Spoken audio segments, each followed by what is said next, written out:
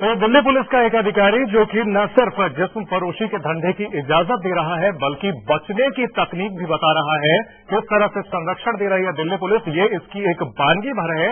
कुछ और तस्वीरें हम अपने दर्शकों को दिखाएंगे और वो तस्वीरें और भी ज्यादा हैरान करने वाली होंगी। बहरहाल चर्चा में हमारे साथ कई खास मेहमान जुड़े हुए हैं। आम आदमी पार्टी नेता सोमनाथ भारती, जिन्होंने जिस्म फरोशी का आरोप लगाते हुए एक रेड को भी अंजाम दिया था। सोमनाथ जी, आप लोग तो सिर्फ मिली भगत की बात कर रहे थे, यहां तो लाइव इंडिया ने पूरी तरह से ये सच सामने ला दिया है कि दिल्ली पुलिस जिस्म फरोशी को संरक्षण देती है। देखिए, सबसे पहले तो मैं आपके चैनल को बहुत बहुत मुबारकबाद दे दूं। आपने जो काम किया है उसके मैं शब्दों में बयान नहीं कर सकता कितना बेहतरीन और कितना देश को फायदा पहुंचाने वाला काम किया है। और दूसरी बात, दिल्ली पुलिस के कुछ ऑफिसर जो ईमानदार है उनको मेरी बात से धक्का लगेगा, चोट पहुंचेगी, इसके लिए मैं उनसे माफी मांग लेता हूं। लेकिन जो आप बातें लेके आए हैं, ये बात तो ऐसी है कि इसकी तुरंत जांच होनी चाहिए। और इससे बहुत बड़ा खतरा जो मुझे अभी नजर आ रहा है वो देश की सिक्योरिटी का है। ऐसे ऑफिसर्स, ऐसे दलाल जो दिल्ली पुलिस के अंदर बैठ के जिस फरोशी का धंधा पुलिस हेडक्वार्टर से चला रहे हैं, क्या होगा देश का? किस किस को सप्लाई कर रहे हैं ये लड़कियां? क्या क्या चला रहे हैं ये देश किसके हाथों में है? अब मैं पूछना चाहता हूं इस देश के नेताओं से जो दिल्ली पुलिस के लिए अच्छे अच्छे शब्दों का इस्तेमाल कर रहे थे, भाजपा के नेता और कांग्रेस के नेता और सारे नेताओं जो पुल बांध रहे थे शब्दों के दिल्ली पुलिस के लिए और मुझे दोषी ठहरा रहे थे, वो आए बाहर और आज जवाब दें देश को। सोमनाथ जी, मकसद हमारा सियासत नहीं है, हमारा मकसद सच्चाई को सामने लाना है। ना मैं उस दिन सियासत कर रहा था, मैं आपको बता दूं, ना मैं उस दिन सियासत कर रहा था, ना मैं आज कर रहा हूं। मैं तो, मेरा दिल रोता है आज कि क्या ऐसे पुलिस के हाथों मेरा देश है? क्या ऐसे नेता उनको संरक्षण प्रदान करेंगे? आज एलजी साहब कहाँ हैं? आज मिनिस्टर ऑफ होम कहाँ हैं? आज श्री बीएल गर्ग कहाँ हैं?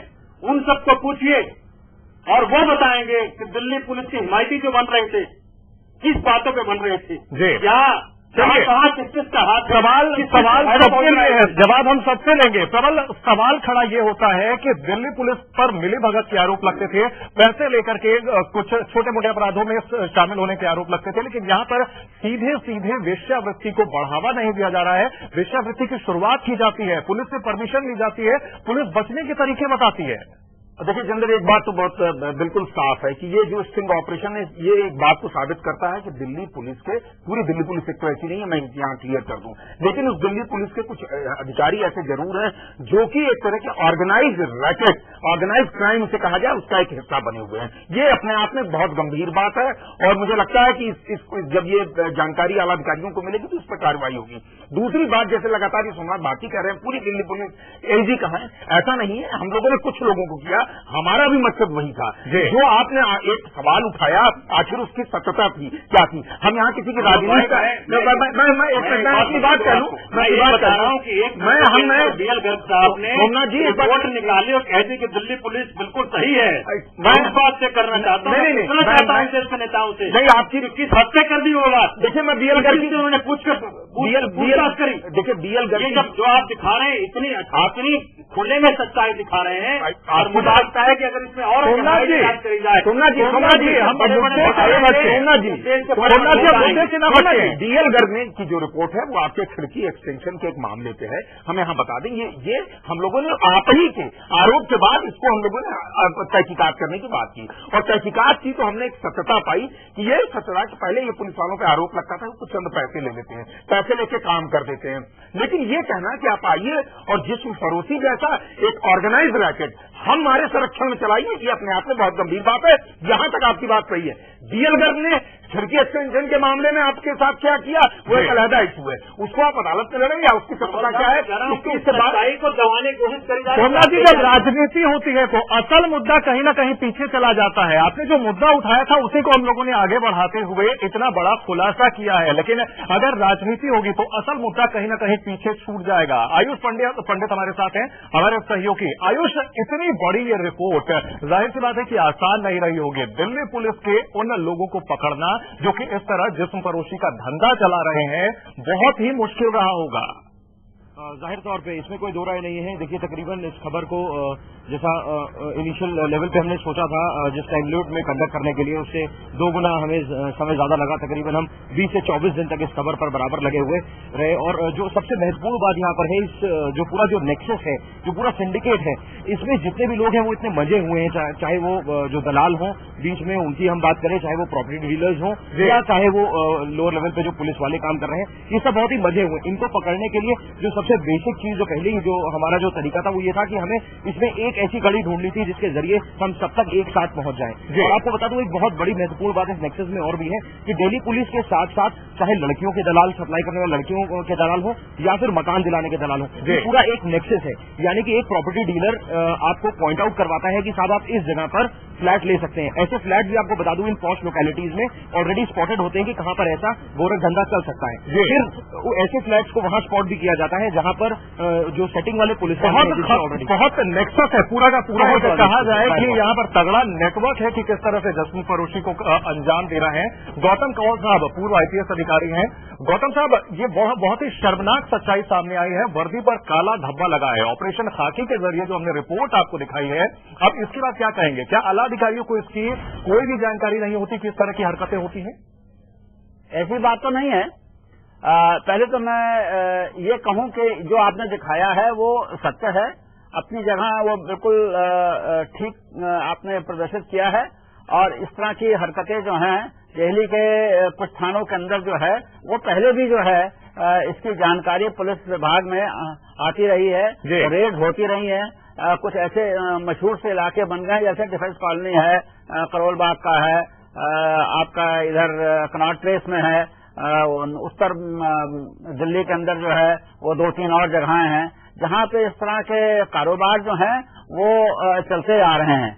और इस पे जो है लगाम जो है वो लगाने में दिल्ली पुलिस को भी काफी मशक्कत करनी पड़ रही है। कानून उनके साथ हर जगह नहीं मदद कर पाता, उसमें कहीं अपने ही कर्मचारियों पर निगाह रखना, अपने ही कर्मचारियों को अपराध में शामिल होने से रोकना, ये कैसे विडंबना है? प्रबल बहुत गंभीर सवाल खड़े होते हैं। मेरा सवाल कौल साहब से यही है कि कौल साहब ने बहुत बढ़िया बात कही। उन्होंने कहा कि ये समस्या है, एक समस्या है जिसकी जानकारी आला अधिकारियों को रहती है।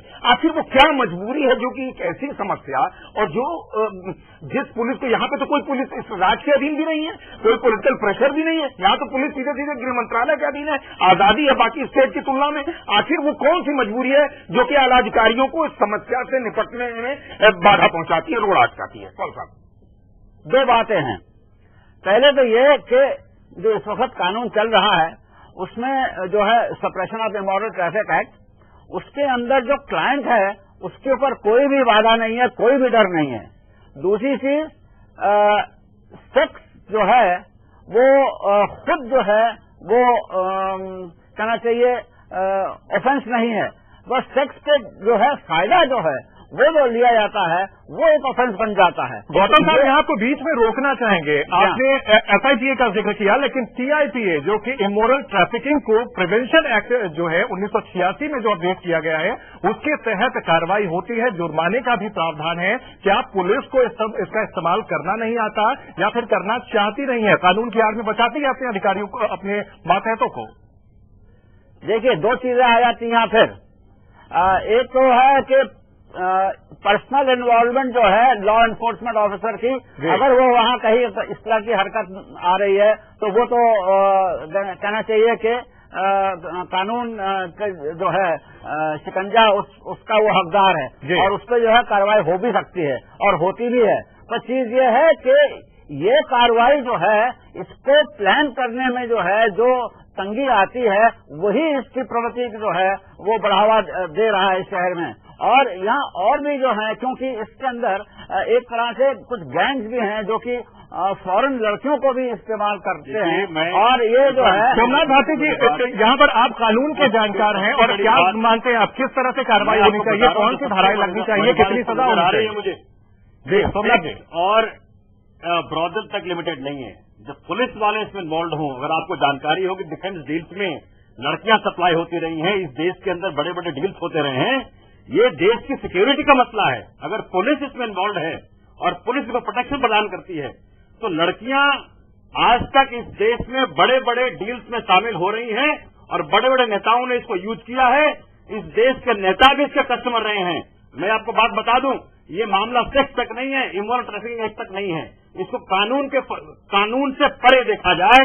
देश की सिक्योरिटी का मसला है। जब दिल्ली पुलिस इतने नीच हरकत तक उतर आई है, जो आपके चैनल ने दिखाई है, और जो ये सिद्ध करता है कि प्रोस्टिट्यूशन रैकेट और ड्रग रैकेट में सम्मिलित हैं और इनके प्रोटेक्शन में चल रहा है और बड़े बड़े नेता इसमें इन्वॉल्व हैं। सोमनाथ जी आगे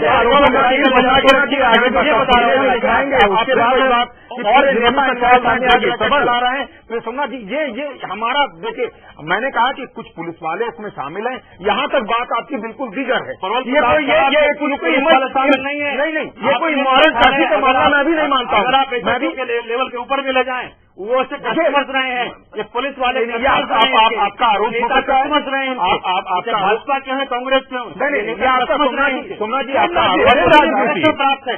आज तक कांग्रेस ने एक भी शब्द नहीं कहा प्रोस्टिट्यूशन रैकेट के खिलाफ। वो सवाल हम भी क्यों नहीं कहा? वो बताएं, वो सवाल हम भी उठा रहे हैं। बताएं वो सोमनाथ जी, सवाल तो आप लोगों ने भी ये नहीं उठाया था। ये सवाल तो हम लोगों ने आगे जाकर के बढ़ाया है। आप दिल्ली भगत के आरोप लगाए थे। क्लीन चिट देने की तो होड़ लगी थी कि दिल्ली पुलिस क्लीन चिट है, और आज तक बीजेपी कांग्रेस ने एक शब्द नहीं उठाया।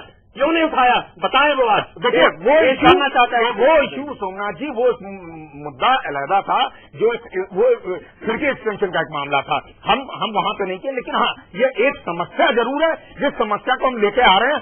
और मैं ये मानता हूं कि ये कोई मॉरल ट्रैफिक का मामला नहीं, ये विशुद्ध रूप से चंद पैसों के लिए एक ऑर्गेनाइज्ड रैकेट को अंजाम देना है। और आपकी जिसका काम है इस रैकेट को रोकना, जिसको लेकर के तमाम तरह के, जब से मतलब आप देखें रोज आए दिन आप कभी यूक्रेनियन पकड़ते हैं, कभी कुछ होता है, कभी कुछ होता है, वो हम उस एक्ट में जा ही नहीं रहे। आखिर कौन लोग हैं जो इसको अपने संरक्षण में चला रहे हैं? और अगर वो पुलिस वाला है, ये बहुत गंभीर मामला है। ये बात यहाँ तक इनकी बात बिल्कुल दीगर है, लेकिन ये कहना कि ड्रग में नेता शामिल हैं, और ये बात थोड़ा परवाना मैंने इसीलिए बात कही क्योंकि जब ये बात सामने आई थी, ये भाजपा और कांग्रेस के मित्रों ने सोमनाथ जी, सोमनाथ जी, इस चर्चा को हम आगे बढ़ाएंगे, आपको पूरा मौका मिलेगा जी। अब इस चर्चा को हम आगे बढ़ाएंगे, आपको पूरा मौका मिलेगा। लेकिन सवाल यही है कि राजनीति ही क्यों? आखिरकार जो अहम मुद्दा है खाकी, जिस पर देश की सुरक्षा, दिल्ली की सुरक्षा की जिम्मेदारी है, उसकी ऐसी घिनौनी तस्वीर सामने आ रही है। गुनहगारों को सजा मिलनी ही चाहिए। इस चर्चा को हम आगे बढ़ाएंगे, रुकेंगे